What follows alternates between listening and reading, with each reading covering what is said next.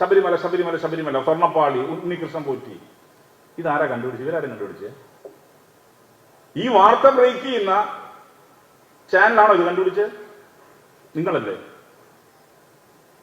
നിങ്ങളാണത് കണ്ടുപിടിച്ചത്. നിങ്ങളാണ് കുറ്റക്കാർ അറസ്റ്റ് ചെയ്തത്. നിങ്ങളാണ് ജയിലിലടച്ചത്. എല്ലാ കാര്യങ്ങളും ചെയ്തത് പോലീസ് തന്നെയാണ്, എക്സ്റ്റേണൽ ഏജൻസി അല്ല, കേരളത്തിലെ പോലീസ് തന്നെയാ. അപ്പൊ അതിപ്പോ ചിലരിത പല വാർത്തയും നടക്കുന്നുണ്ട്. എല്ലാം പൊളിറ്റിക്സ് ആണ്, നമുക്ക് എല്ലാവർക്കും അറിയാലോ. പക്ഷെ അതും കണ്ടുപിടിച്ചത് നിങ്ങൾ തന്നെയാണ്, ഒരു സംശയവും വേണ്ട. അത് കണ്ടുപിടിച്ച് അതിനകത്ത് ആരൊക്കെയാണ് ഗിൽറ്റി, ആരൊക്കെയാണ് കോൺസ്പിറേറ്റേഴ്സ്, അതിനെ കൃത്യമായി മോണിറ്റർ ചെയ്ത് അറസ്റ്റ് ചെയ്ത് ജയിലടച്ചതും കേരളത്തിലെ പോലീസ് തന്നെയാണ്. അത് ആരും കാണുന്നില്ല.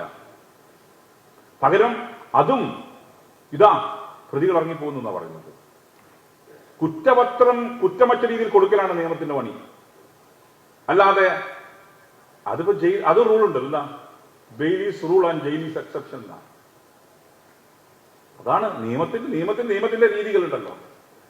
പക്ഷെ അതിനകത്ത് ശബരിമല ആസ്ഥാനത്ത് നിന്ന് സ്വർണം കളവ് പോയിട്ടുണ്ടെങ്കിൽ ആ സ്വർണം കട്ടവൻ ഒരു കാരണവശാലും രക്ഷപ്പെടാൻ പാടില്ലെന്ന് ആഗ്രഹിക്കുന്നവരാണ്.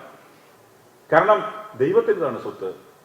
ദൈവത്തിന്റെ സ്വത്ത് കക്കുന്നവൻ ഒരു കാരണവശാലും ഒരു കാലത്തും രക്ഷപ്പെടില്ലെന്ന് വിശ്വസിക്കുന്ന ഒരാളാണ് ഞാൻ.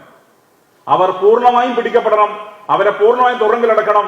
അതിന് ഇച്ഛാശക്തിയോടെ നേതൃത്വം കൊടുക്കാൻ കേരള പോലീസിനും കേരള സർക്കാരിനും സാധിക്കുമെന്ന ബോധ്യം എനിക്കുണ്ട്. കാരണം ഞാനിപ്പോ സഭയിൽ ഇതെല്ലാം കേൾക്കുന്ന ആളാണ്. എല്ലായിടത്തും ഇപ്പൊ എനിക്ക് അഭിപ്രായം പറയാൻ കഴിയില്ലല്ലോ.